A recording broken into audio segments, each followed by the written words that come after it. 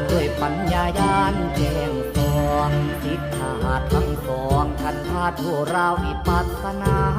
ภูมิมาจารีถวายชีวิตพระศาสดาปฏิปทาสองทางปัญญาวินัยนิกรสุดแสนอ่อนตอนย้ำเพื่อนเทศสอนแสดงธรรมกล่าวด้วยถ้อยคำนำอำมาริสุนจิตใจโชติปัญโยมหาเทโรผู้เมืองสายจันทารังแจ้งวิสุทธิแสงมณีอัมไพส่องดาวแดนใดสว่างไปไกลถึงวินโพมอันตักขยมบรมธรรมานุสาสนีทั้ง84,000แจ้งแจกคดีทั้งโลกธรรมพระสังฆเจ้านำชนผู้เข้ามาน้อมนำชักจุงเข้าใส่ธรรม